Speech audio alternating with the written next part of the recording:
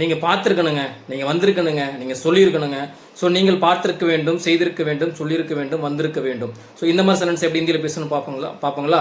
முஜே ஜானா சாகியே தா, முஜே கர்னா சாகியே தா, நான் சாகியே தா அப்படிங்கிறது முடியும். ஓகேங்களா, நான் சாகியே தா அப்படின்னு இந்த சென்டென்ஸ் முடியும்.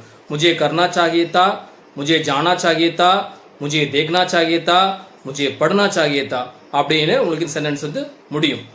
இதே எனக்கு பதிலாக மற்றவங்க அப்படின்னா, அதாவது அவங்க நீங்கள் போயிருக்கணுங்க, நீங்கள் பார்த்துருக்கணுங்க, அவன் போயிருக்கணும், அவன் பார்த்துருக்கணும், அவர் போயிருக்கணும், அவர் பார்த்துருக்கணும். ஸோ இந்த மாதிரி எப்படி பேசணும் அப்படின்னா, துஜே நீ, துஜே நாங்கள், ஹமே நீங்கள், ஆப்கோ உசே அவன் அவள் அது, இசே இவன் இவள் இது.